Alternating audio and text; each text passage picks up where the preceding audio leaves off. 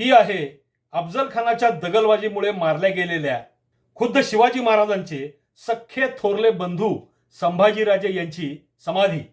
ही समाधी कुठे आहे? ती कबरीसारखी का दिसते?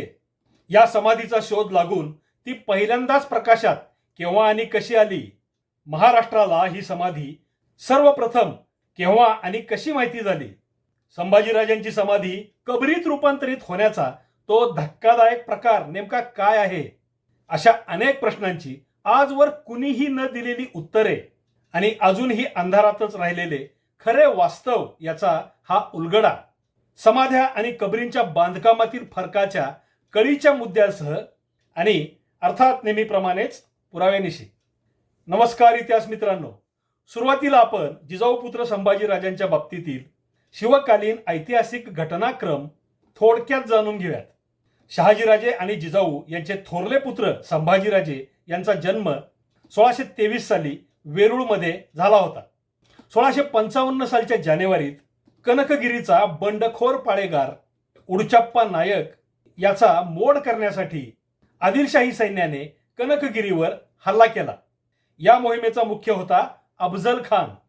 संभाजीराजे आदिलशाही सैन्यातून लढत असताना अफजल खानाच्या दगलबाजीमुळे तोफेचा गोळा लागून त्या लढाईत वीरगती पावले। संभाजीराजांच्या मृत्यूची बातमी कळताच शहाजीराजे स्वतः सैन्य घेऊन आले आणि त्यांनी कनकगिरीवर हल्ला करून कनकगिरी जिंकून घेतली। तिथला उडचप्पा नायक शहाजीराजांना शरण आला। त्याने संभाजीराजांच्या मृत्यूच्या अपराधाबद्दल शहाजीराजांच्याकडे माफीची याचना केली। शरण आलेल्या उडचप्पाला शहाजीराजांनी माफ केले, पण अफजल खानाने केलेले कपटी कृत्य मात्र शहाजीराजांसह जिजाऊ आणि शिवरायांच्या मनात कायम सलत राहिले। पुढे अफजल खानाला शिवाजी महाराजांनी प्रतापगडापाशी संपवून एक प्रकारे संभाजीराजांच्या मृत्यूचा बदला घेतला।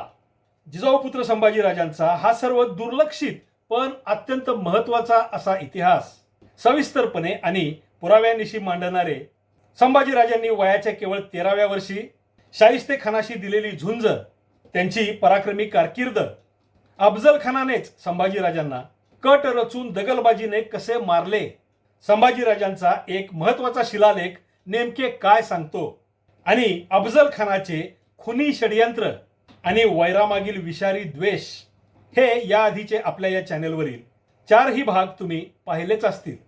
आता संभाजीराजांच्या वीर मृत्यूनंतर त्यांची जी समाधी बांधली गेली ती कुठे आहे, तिचा शोध कसा लागला, यासह ही कबरीसारखी का, अशा सर्व महत्त्वाच्या बाबी आपण जाणून घेऊयात।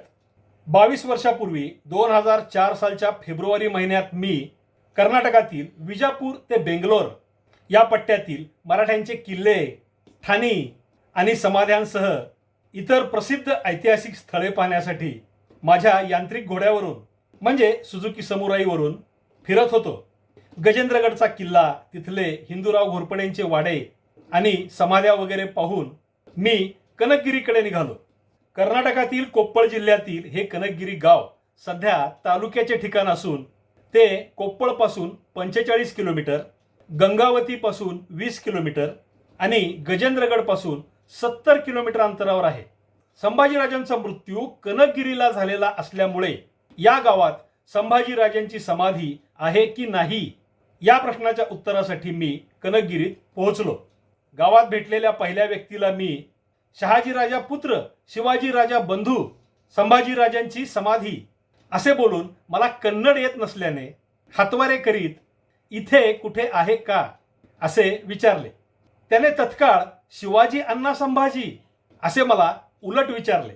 कन्नडमध्ये अण्णा म्हणजे थोरला भाऊ हे मला माहिती असल्याने मी हो म्हणताच त्याने चला मी समाधी दाखवतो असे हातवारे करीत कन्नडमध्ये सांगितले।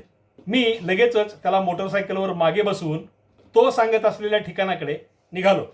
कनकगिरी गावाच्या कोटाबाहेर उत्तरेला ओढ्यापलीकडे असलेल्या मोकळ्या माळावरील कडुनिंबाची 2-4 झाडे असलेल्या ठिकाणी आम्ही पोहोचलो। या झाडांच्या मध्ये असलेला वर कबरीसारखे बांधकाम केलेला उंच चौथरा मला दिसला।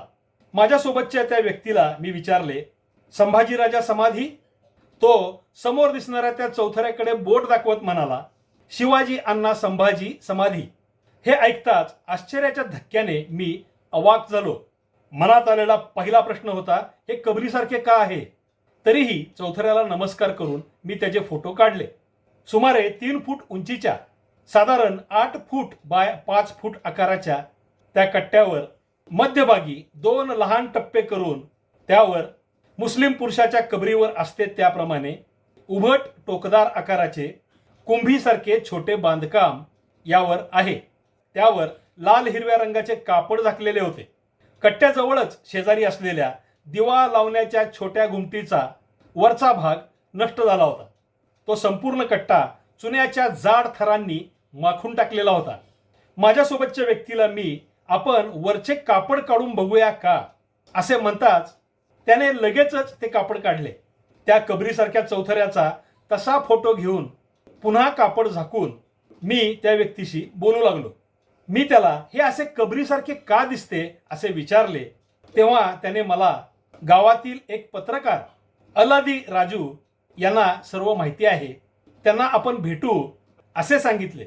तिथून पुन्हा कनकगिरी गावात आल्यावर त्या व्यक्तीने माझी गाठ अलादी राजूंशी घालून दिली. राजूंना हिंदी बऱ्यापैकी समजत असल्याने आणि त्यांनी आणखी काही वृद्ध आणि जाणकार व्यक्तींना बोलावून घेतल्यामुळे आता मला संभाजीराजांच्या समाधीबद्दलच्या अनेक प्रश्नांची उत्तरे मिळू लागली. कनकगिरी गावामध्ये फार पूर्वीपासून ती वास्तू शिवाजी महाराजांचे थोरले बंधू आणि शहाजीराजांचे पुत्र संभाजीराजे यांची समाधी आहे, ही माहिती परंपरेने प्रचलित आहे. ही समाधी कबरीमध्ये रूपांतरित कशी झाली याच्या 2 वेगवेगळ्या हकीकती मला सांगण्यात आल्या.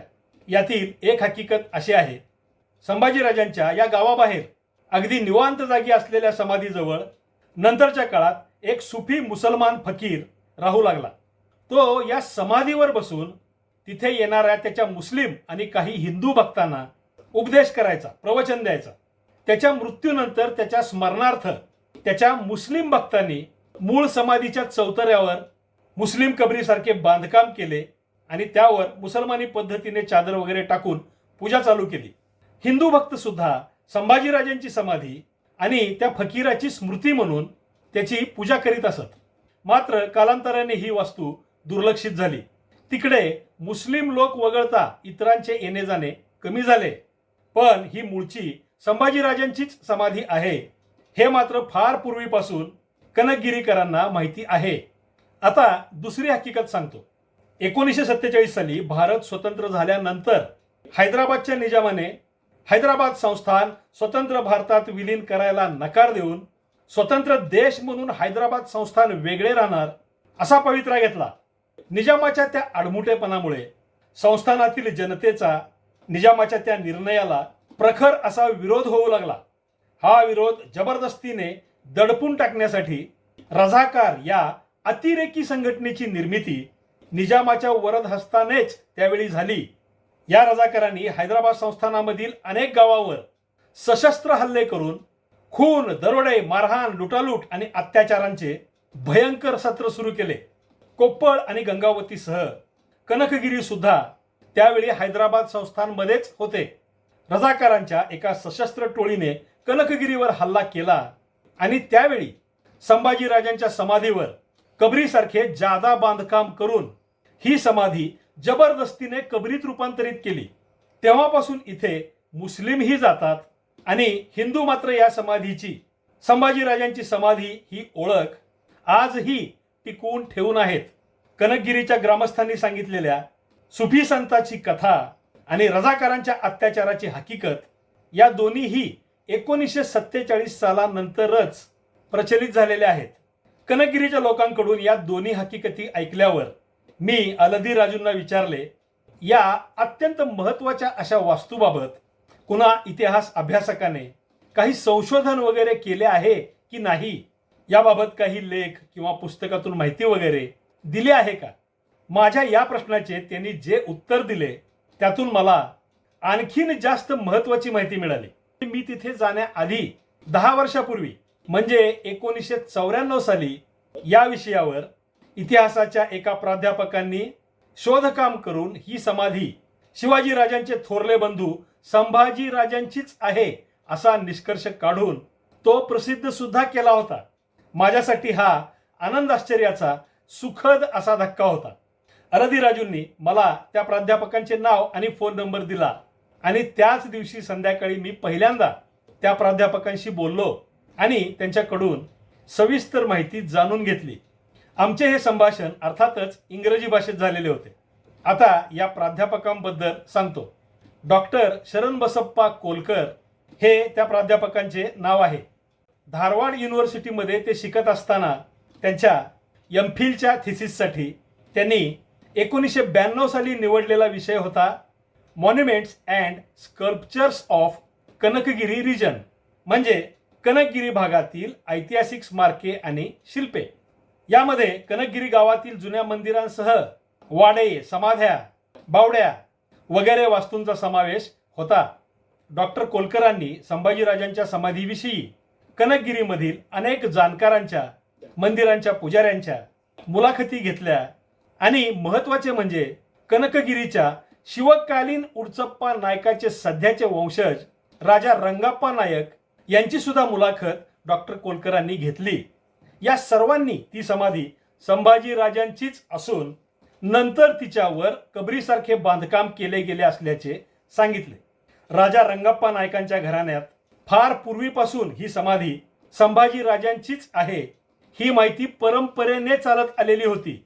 डॉक्टर कोलकरांनी त्यांचा हा शोध त्यांच्या एमफिलच्या प्रबंधात संभाजीराजांच्या समाधीच्या फोटोसह समाविष्ट केला आणि त्यानंतर 1995 साली त्यांनी या समाधीच्या फोटोसह शिवरायांचे बंधू संभाजीराजे यांच्या समाधीचा शोध असा लेख कन्नड वर्तमानपत्रांतून बातमी देऊन प्रसिद्ध केला.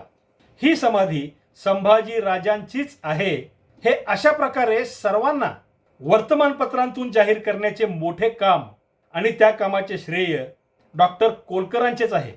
यानंतर डॉक्टर कोलकरांनी 2021 साली इतिहास दर्शन या कर्नाटक इतिहास अकादमीच्या नियतकालिकात संभाजीराजांच्या समाधीबाबत सविस्तर माहिती देणारा शोध निबंध फोटोसह प्रकाशित केला. डॉक्टर कोलकरांनी नुकतेच म्हणजे गेल्या वर्षी 2025 साली कनकगिरीच्या उडचप्पा नायकाचे 2 शिलालेख नव्याने शोधून काढलेले आहेत. संभाजीराजांच्या समाधीची माहिती 1995 सालीच कोप्पळ जिल्ह्यात तरी डॉक्टर कोलकरांच्यामुळे प्रसिद्ध झाली होती. पण अजूनही ही मौल्यवान माहिती महाराष्ट्रातील इतिहासप्रेमी, इतिहास अभ्यासक, संशोधक आणि शिवराय भक्तांच्या पर्यंत मात्र पोहोचलेली नव्हती. आता संभाजीराजांच्या त्या समाधीबाबत माझे योगदान काय आहे ते सांगतो. 2004 साली डॉक्टर कोलकरांशी झालेल्या माझ्या पहिल्या संभाषणानंतर मी आणि डॉक्टर कोलकर आजतागायत एकमेकांच्या संपर्कात आहोत. आपण पाहिलेल्या डॉक्टर कोलकरांनी दिलेल्या बातम्या आणि त्यांचा शोध निबंध यांचे फोटो आणि त्यातील मजकुराचे इंग्रजी भाषांतर डॉक्टर कोलकरांनीच मला पाठविलेले आहे आणि डॉक्टर कोलकरांच्या सौजन्यानेच आपण ते सर्व पाहिलेले आहे. आता यातील महत्त्वाचा मुद्दा सांगतो. संभाजीराजांची समाधी फार पूर्वीपासून कनकगिरीच्या लोकांना माहिती आहे हे बरोबरच आहे. डॉक्टर कोलकरांनी अशा अनेक लोकांच्या मुलाखतींच्या आधारावर ती समाधी संभाजीराजांचीच आहे असा निष्कर्ष काढलेला आहे. पण याला मौखिक पारंपरिक माहिती सोडून दुसरा आणखी एखादा पुरावा किंवा आधार आवश्यक आहे यावर माझे आणि डॉक्टर कोलकरांचे एकमत होते. आता जेव्हा एखाद्या बाबीला लिखित पुरावाच उपलब्ध नसतो तेव्हा इतर महत्त्वाच्या बाबींचे सहाय्य घेणे अटळ आणि अनिवार्य असते. इथेच माझा हिंदू समाध्या आणि मुस्लिम कबरींचा अभ्यास तसेच अनेक ऐतिहासिक ठिकाणांना दिलेल्या प्रत्यक्ष भेटी आणि नीटपणे पाहणी या बाबी उपयोगी ठरल्या. यामध्ये महत्त्वाचे मुद्दे 2 आहेत. एक म्हणजे संभाजीराजांची कनकगिरी सोडून इतरत्र कुठे समाधी आहे का, आणि दुसरा मुद्दा म्हणजे हिंदू समाध्या आणि मुस्लिम कबरी यांच्या बांधकामातील फरक. आधी पहिला मुद्दा सांगतो. त्या काळी संभाजीराजांचे वास्तव्य कोलार शहरामध्ये होते आणि शहाजीराजांचे वास्तव्य बेंगलोर शहरात होते. याशिवाय हंपी जवळच्या अनेगोंदी शेजारी असलेल्या कंपिली गावात सुद्धा शहाजीराजांचा वाडा आणि मोठी बाग होती. कोलार प्रांतामध्ये खुद्द संभाजीराजांचे 5 शिलालेख आणि त्यांच्या पत्नी आणि मुलांचे 4 शिलालेख आजवर वेगवेगळ्या गावी मिळालेले आहेत. पण कोलार शहरात किंवा संपूर्ण कोलार प्रांतात संभाजीराजांची समाधी कुठेही नाही. तसेच बेंगलोरला आणि कंपिलीला सुद्धा संभाजीराजांची समाधी नाही. या सर्व ठिकाणी मी स्वतः जाऊन आलेलो आहे. संभाजीराजांची समाधी बेंगलोर किंवा कोलारला नसल्यामागील मुख्य कारण संभाजीराजांचा मृत्यू कनकगिरीला झाला आणि त्यांची समाधी त्यावेळीच कनकगिरीलाच बांधली गेली हेच आहे. नाहीतर अनेक समाजोपयोगी धार्मिक कामे करणाऱ्या संभाजीराजांच्या पत्नी आणि मुलांना आणि बेंगलोरचे जणू राजेच असलेल्या शहाजीराजांना कोलार किंवा बेंगलोरला संभाजीराजांची समाधी बांधणे अजिबात अशक्य नव्हते. म्हणजे संभाजीराजांची समाधी म्हणून फक्त कनकगिरी येथील ती वास्तूच सध्या प्रत्यक्षात अस्तित्वात आहे. आता यापेक्षाही महत्त्वाचा दुसरा मुद्दा सांगतो. हा मुद्दा त्या काळातील हिंदू समाध्या आणि मुस्लिम कबरींच्या बांधकामाच्या रूढ पद्धतीबाबतचा आहे. मुस्लिम व्यक्तीचे शव जमिनीमध्ये खाली खड्डा काढून गाडतात आणि हिंदू व्यक्तीची समाधी त्या व्यक्तीचा अस्थिकलश किंवा थोड्या अस्थी आत ठेवून जमिनीच्या वर बांधतात. ही माहिती तुम्हाला असेलच. मुस्लिम व्यक्तीच्या कबरीवरील बांधकाम हे जमिनीच्या पातळीपेक्षा थोडे वर टप्प्याटप्प्याने वरच्या बाजूला लहान होत गेलेले असे असते आणि याचा वरचा भाग उभट टोकदार किंवा अर्धगोलाकार आकाराचे बांधकाम केलेला असतो. कबरीच्या अशा प्रकारच्या बांधकामाच्या खाली एखादा उंच चौथरा किंवा कट्टा नसतो. मी स्वतः त्या काळातील 100भर मुस्लिम व्यक्तींच्या कबरी माझ्या अभ्यासाचा भाग म्हणून पाहिलेले आहेत आणि त्यांचे फोटो स्वतः काढलेले आहेत. अशा मुस्लिम कबरींची उदाहरणे म्हणून मी त्या काळातील काही महत्त्वाच्या मुस्लिम व्यक्तींच्या कबरींचे फोटो तुम्हाला आधी दाखवतो आणि त्यानंतर त्याच काळातील महत्त्वाच्या हिंदू व्यक्तींची समाधीस्थळे आपण पाहूयात. हे फोटो पाहताना तुमचे लक्ष त्या फोटोत दिसणाऱ्या वास्तूच्या खालच्या भागाकडे, तिथे उंच मोठा चौथरा किंवा कट्टा आहे की नाही याकडे असू द्यात. ही आहे विजापूरच्या गोल घुमटमधील महम्मद आदिलशहाची कबर. बाजूला त्याच्या कुटुंबातील स्त्री आणि पुरुषांच्या कबरी आहेत. याखाली उंच चौथरा किंवा कट्टा नाही. मूळच्या खऱ्या कबरी यासारख्याच असून त्या या गोल घुमटात असलेल्या कबरींच्या खालच्या तळघरात आहेत. हा आहे अफजल खानाच्या प्रतापगडाजवळच्या कबरीचा 1916 सालचा फोटो आणि त्यावेळचेच एक रेखाचित्र. खालच्या भागात लांबट दगडांच्या 2 थरांचा अगदी बसका कट्टा आहे आणि त्यावर गोल माथा असलेले उभट लांबट बांधकाम आहे. सध्या प्रतापगडापाशी असलेल्या अफजल खानाच्या कबरीचे आता तुम्ही पाहत असलेले हे रूप आधुनिक काळात बेकायदा बांधकाम करून कशा प्रकारे बदलण्यात आलेले आहे हे या फोटोत आपल्याला दिसते आहे. पण मुळात ही कबर कशी होती ते आपल्याला 1916 सालच्या या फोटोत आणि रेखाचित्रात स्पष्ट दिसते. ही आहे अहमदनगरच्या निजामशाहीचा संस्थापक अहमद निजामशहा पहिला याची अहिल्यानगर म्हणजे पूर्वीच्या अहमदनगरमधील कबर. हिला खाली कट्टा चौथरा वगैरे काही नाही. ही आहे महाराजांनी फसविलेल्या औरंगजेबाचा सरदार बहादूर खान याची खुलताबादमधील कबर. ही आहे औरंगजेबाची खुलताबादमधील कबर. ही आहे अली आदिलशहा पहिला याची विजापूरमधील मूळ कबर. ही आहे सिकंदर आदिलशहाची विजापूरमधील मूळ कबर. ही आहे गोवळकोंड्याचा शेवटचा कुतुबशहा अबुल हसन तानाशहा याची खुलताबादमधील कबर. ही आहे निजामशाहीचा सुप्रसिद्ध वजीर मलिक अंबर याची अमरापूर या गावातील मूळ कबर. आता आपण काही तत्कालीन मुस्लिम साधू, फकीर, सुफी संत यांच्या कबरी पाहूयात. कारण कनकगिरीतील आपण आधी पाहिलेली कथा एका सुफी फकीराशीच संबंधित आहे. ही आहे अफजल खानाच्या गुरुची विजापूर शहरालगतच्या तके अफजलपूर या गावातील कबर. ही आहे सुप्रसिद्ध मुस्लिम साधू शहा शरीफ औलिया यांची अहमदनगरमधील कबर. ही आहे केळशीमधील बाबा याकूत या मुस्लिम साधूची कबर. ही आहे औरंगजेबाच्या गुरुची कबर.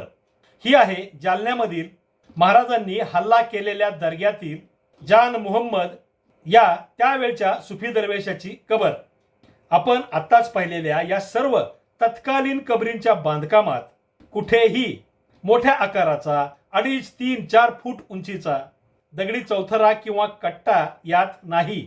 या कबरी जमिनीच्या पातळीच्या वर अगदी थोड्या उंचीच्या आणि पसरट टप्प्याटप्प्याने वर लहान होत गेलेल्या अशा आहेत. आता त्यावेळच्याच महत्वाच्या हिंदू व्यक्तींच्या समाध्या पाहूयात. ही आहे महाराजांचे सासरे मुधोजीराव निंबाळकर यांची फलटण मधील समाधी. ही आहे महाराजांचे सरदार साबुसिंग पवार यांची सुपे या गावातील समाधी. या आहेत शिळीमकर देशमुखांच्या नसरापूर गावामधील 2 समाध्या. ही आहे मुरारबाजी देशपांडे यांची जीर्णोद्धार होण्यापूर्वीची मूळ समाधी. या आहेत बाजी प्रभू आणि फुलाजी प्रभू देशपांडे यांच्या विशाळगडावरील समाध्या. ही आहे जगदेवराव जाधव दुसरे यांची ब्रह्मपुरी या गावातील समाधी.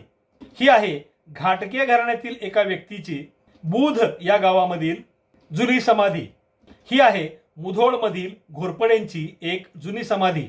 ही आहे उमराणी या गावातील सरदार डफळे यांच्या घराण्यातील एका व्यक्तीची समाधी. ही आहे शिवरायांचे पंचहजारी सेनानी सिदोजीराव निंबाळकर यांची पट्टागडाच्या पायथ्याशी असलेली समाधी. ही आहे रायगडावरील एक जुनी अनाम समाधी. ही आहे तामसा या गावातील नेताजी पालकरांची समाधी. ही आहे खेड शिवापूरमधील बाबाजी कोंडे देशमुखांची शिवकालीन समाधी. ही आहे सुरापूरमधील बेरड नायक राजांच्या घराण्यातील एका व्यक्तीची जुनी समाधी. ही आहे शिवरायांचे गुप्तहेर बहिर्जी नाईक यांची भूपाळगडावरील समाधी. ही आहे हिवरे नागेश या गावातील महाराजांचे पहिले पेशवे शामराज निळकंठ रोजेकर यांची संभाव्य समाधी. ही आहे तळबीड या गावातील सेनापती हंबीरराव मोहिते यांची समाधी. आपण आत्ताच पाहिलेल्या या सर्व हिंदू समाध्यांची वैशिष्ट्ये तुमच्या लक्षात आली असतीलच. यातील काही समाध्या फक्त 2, 3, 4 फूट उंचीच्या दगडी चौथऱ्याच्या रूपात आहेत. यातील काहींवर मध्यभागी शिवपिंड आहे, तर काही समाध्यांवर मध्यभागी वृंदावनासारखे उभट बांधकाम आहे. यातील काही समाध्यांना दिवा लावण्यासाठी कोनाडे सुद्धा आहेत.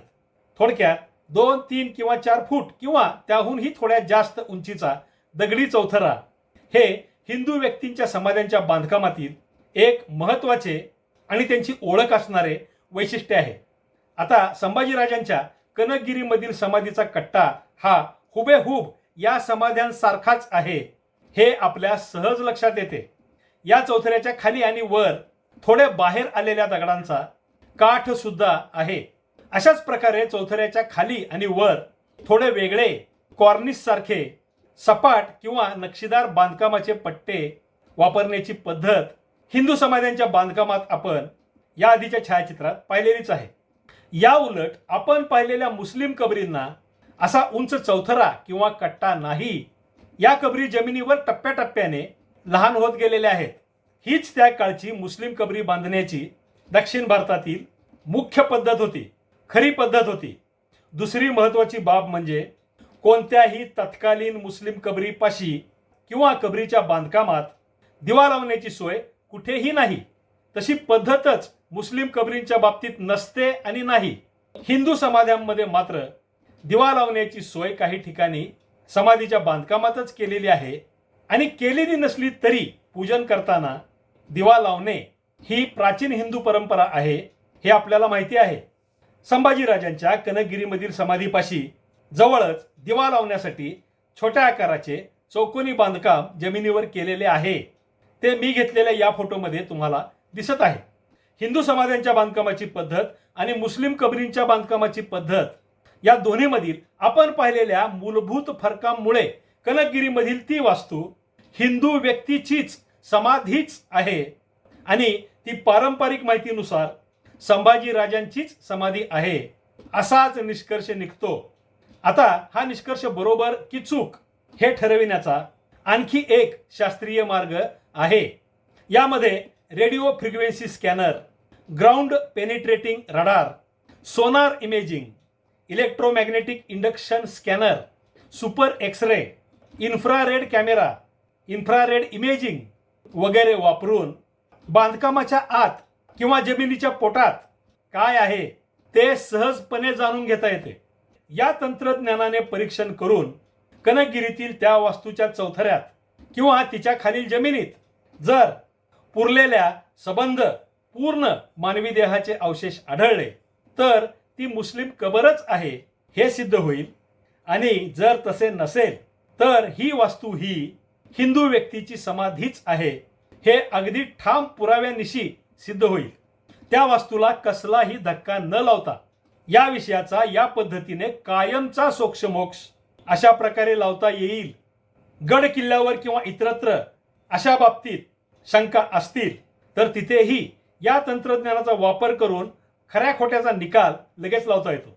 पण कनकगिरीमधील त्या वास्तूच्या बाबतीत जोपर्यंत अशी तपासणी होत नाही तोपर्यंत हिंदू व्यक्तींच्या समाध्या या उंच चौकोनी चौथऱ्यासारख्या असतात आणि कित्येकदा तिथे दिवा लावण्याची सोय सुद्धा केलेली असते. या बाबी लक्षात घेता कनकगिरीमधील ती समाधी हिंदू व्यक्तीचीच आहे आणि ती शिवरायांचे बंधू संभाजीराजे यांचीच समाधी आहे हेच खरे मानावेच लागते. आता आपण संभाजीराजेंची ही समाधी महाराष्ट्राला कशी माहिती झाली या विषयाकडे वळूयात.